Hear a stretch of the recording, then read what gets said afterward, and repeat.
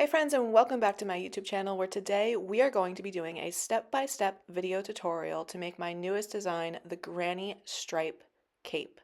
This is a brand new design using a brand new yarn from Lion Brand called Cotton Hemp. So I designed my granny cape using two colors of cotton hemp. The colors that I used are deep denim and husk. So I really loved working with this yarn.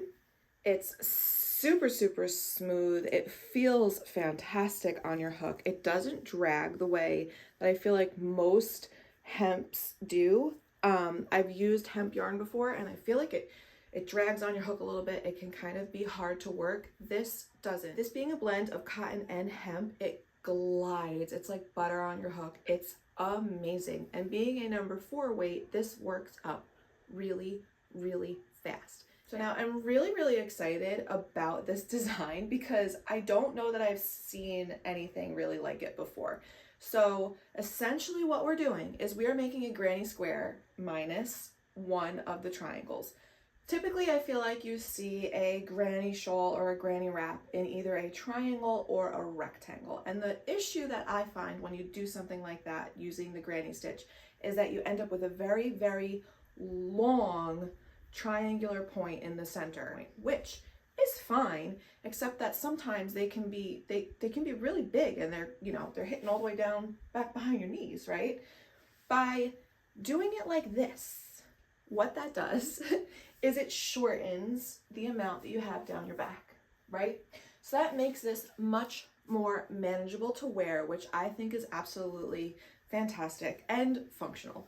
Then by only removing this one portion of the granny square, this one triangular wedge, it gives you all the extra material that you need around the front to make sure that this stays comfortably on your shoulders. So as you can see, it hangs nicely. I mean, I can kind of move around, I can spin. It's not gonna fall off, which is fantastic. You could also, if you want, you ever see, I don't know what they're called, but they're like those, it's almost like what you use to put up your hair with. You know, you have the little pin that goes through it. You could totally get something like that and really dress this up, because shawls, wraps, and capes, right, are one of those things that are meant to be able to style in many different ways. That's part of why I love them and I love designing them, because the options are endless with how you could wear them. So this does have quite a bit of material in the front. So, you can either get one of those pins, or you can even tie this around, which is really cute. The great thing about this granny cape is that even though it's not a triangle, you can still wear it like a triangle shawl. So you could take this and you can wrap it right around, right? Take your ends and just tuck them nice and neat under, and it still works, guys. And the belly kind of pushes it out, but it still works. And so you could very easily put this on, grab your coat, tuck this in, keep you nice and warm, and you're out the door, right? So this is a piece that is multi-seasonal. It's a great transitional piece. This is going to be perfect for fall. This is going to be great for spring, and it's going to be phenomenal for the summer, because this yarn feels amazing on your skin. It's nice and light, nice and airy. It's going to be perfect to take something like this with you to the beach.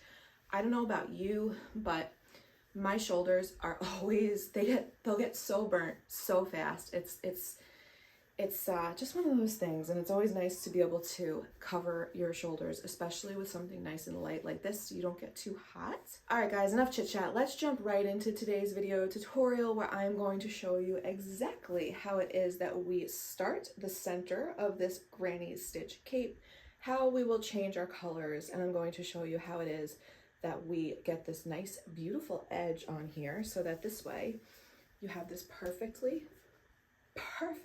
square that's just missing one triangle.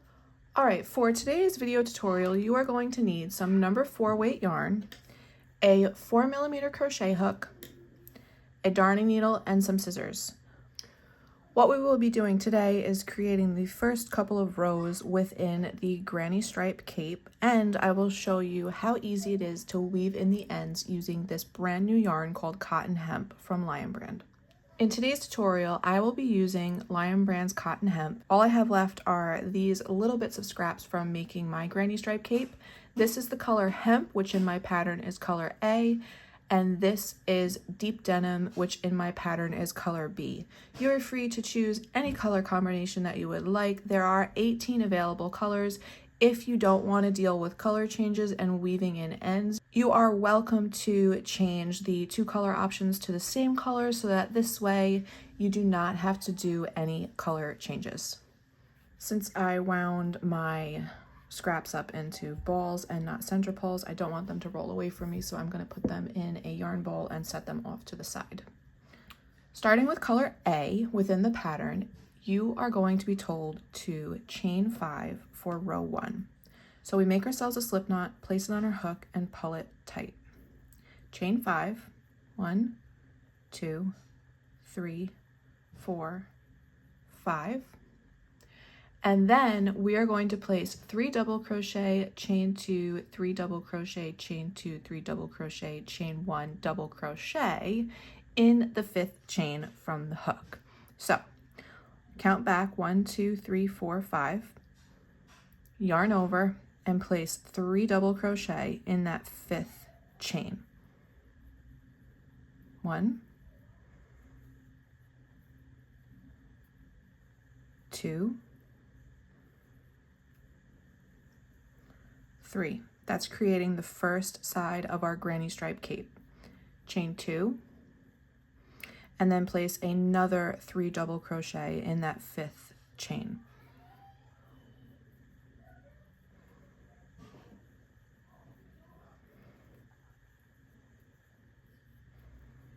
That creates our next side. Chain 2, and place another 3 double crochet in the chain 5. That creates our next side. Now what we need to do is chain 1 and place another double crochet in that 5th chain from the hook. Okay, so make sure that when you do your slip knot, you leave a long enough tail so that you can easily weave it in. And to start row 2, we need to switch to color B. So you can complete your stitch and add in your new yarn, or the way that I like to change colors is before completing my last stitch, I like to add in the new color. So let me show you how to do that. So I'm going to pull back this last double crochet that we created. I'm going to yarn over, insert my hook into that 5th chain, and I'm going to create the first part of my double crochet. So instead of yarning over and pulling through all my loops again, I'm going to grab my color B, and I'm going to also place that over my hook. Again, make sure that you leave a long enough chain so that you can easily weave in your ends. And then I'm going to pull color A and color B through the 2 loops of my double crochet. That will complete my double crochet. Now what I'm going to do is I'm going to come here and I am going to cut color A. All right. And now using only color B, I'm going to move on to row 2. So row 2 starts by creating a chain 4, turn, and then place 3 double crochet in this first chain 1 space. Chain 1, and then we are going to do 3 double crochet, chain 2, 3 double crochet in this chain 2 space. So 3 double crochet,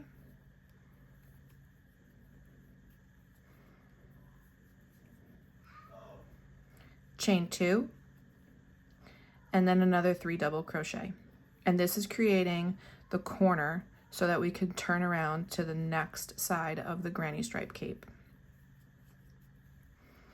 We will then chain 1, and then in this next chain 2 space, we will again place 3 double crochet, chain 2, 3 double crochet to create the next corner and turn to the next side.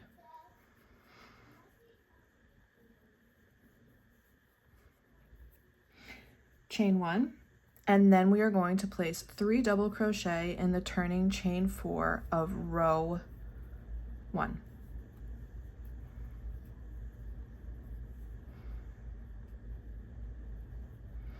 Now the turning chain 4 is really the chain 5, but we placed all of our double crochets in the 5th chain from the hook. So this is what's counting as the turning chain 4. We will then chain 1. We are now going to double crochet in the 3rd chain of the turning chain. So 1, 2, 3, and double crochet. So now again, I have come to the end of a row and I need to change my color. So before completing my stitch, I'm going to place my yarn over. I'm going to switch back to color A by placing that over my hook, making sure that I leave a long enough tail that will be comfortable to the weave in. And then I'm going to pull color A and color B through both of the last loops in my double crochet to complete my stitch. Get my scissors, cut color B. Be careful, I've cut the wrong one a couple of times in this pattern. And then we will move on to row 3 using color A. So for row 3, we will start with a chain 4,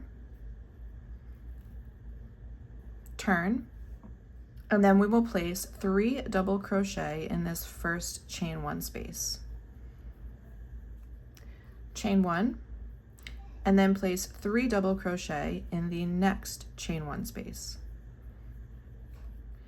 Chain 1, and then do our corner, which consists of 3 double crochet, chain 2, 3 double crochet to create the first corner to turn to begin working down our next side. Chain 1, 3 double crochet in the next chain 1 space, chain 1, and then create our next corner consisting of 3 double crochet, chain 2, 3 double crochet in the chain 2 of the previous row. If you see me struggling a little bit to grab my stitches, it's because my hands are a little bit funny. Chain 1, 3 double crochet in the next chain 1. The baby keeps pushing on a weird spot and my hands will go a little bit numb. It's very strange.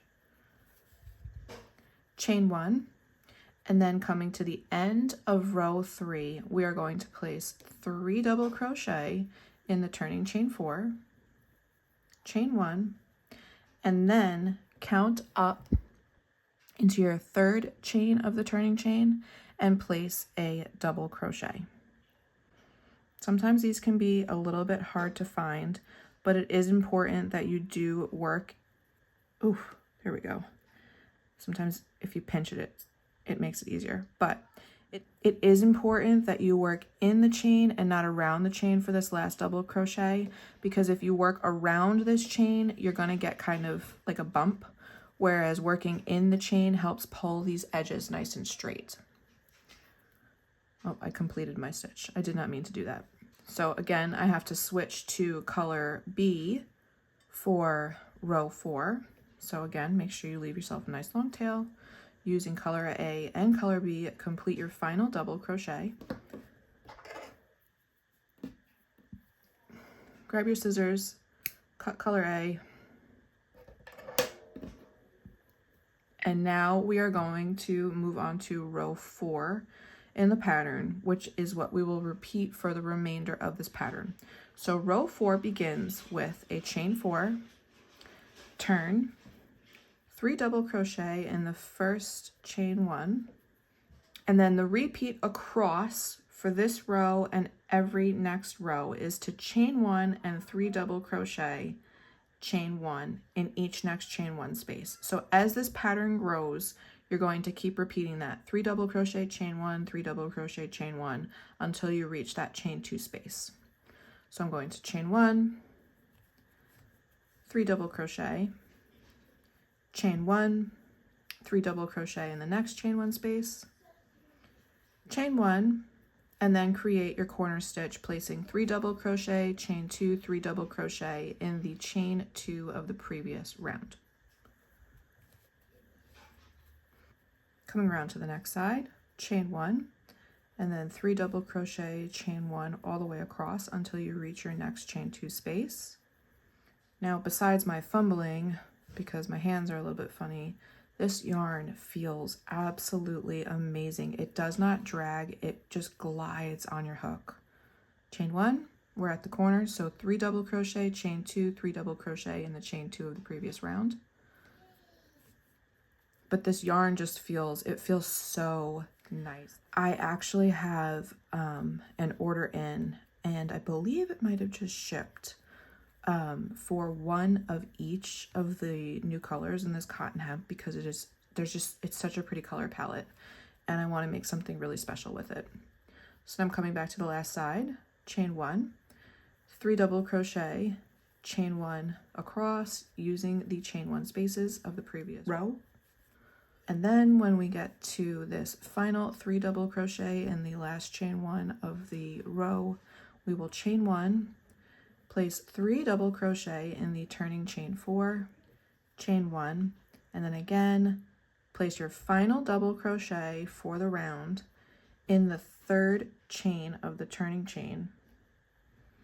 Sometimes it can be really hard to find, so you have to kind of pull this through, pinch it, right?